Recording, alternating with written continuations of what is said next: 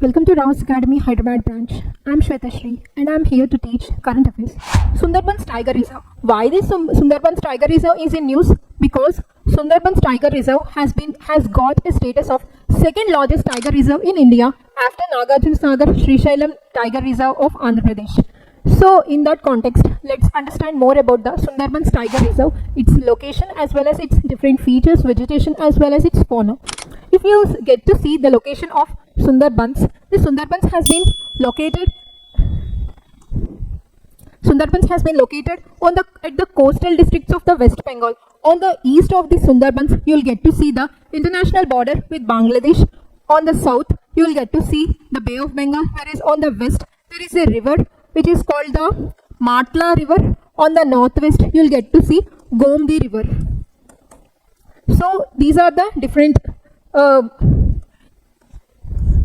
locations which are surrounded by the Sundarbans area. Whereas the Sundarbans has been located in such a location, it is a part of very largest delta in the entire world. It is nothing but it is a delta which is formed by the convergence of Ganga as well as Brahmaputra rivers. Whereas the Sundarbans has been located in such a location where a lot of a maze of estuaries, rivers as well as 150 islands are also observed. If we get to see about the Tiger Reserve, Sundarban's Tiger Reserve, this Sundarban's Tiger Reserve already got a different statuses as well, which include the Sundarbans got the status of Tiger Reserve, National Park, Biosphere Reserves, UNESCO World Heritage Site as well as that of Ramsar Site. And this Tiger Reserve consists of the famous flagship species which is called the Royal Bengal Tiger, which is a very important species, and it also consists of and we also get to see the significant population of tigers according to the 2022 census of tigers. And also in this context, let's understand more about the National Board for Wildlife.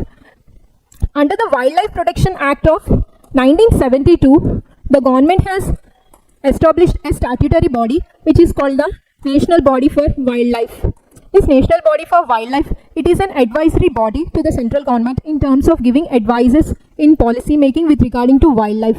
And also, if we get to see the composition of National Board for Wildlife, the chairman of National Board for Wildlife is the Prime Minister, whereas the vice chairman of this board is Minister of Environment, Forest and the Climate Change.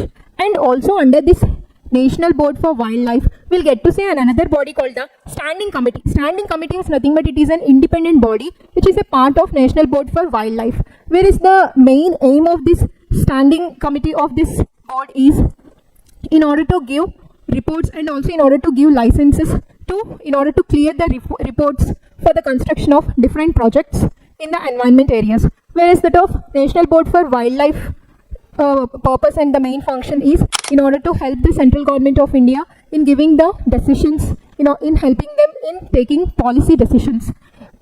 And also the main functions of this National Board for Wildlife include, it is mainly responsible for giving the approvals for different projects, as well as these approvals includes the altering the borders of national parks and wildlife sanctuaries, and also for denotifying the tiger reserves.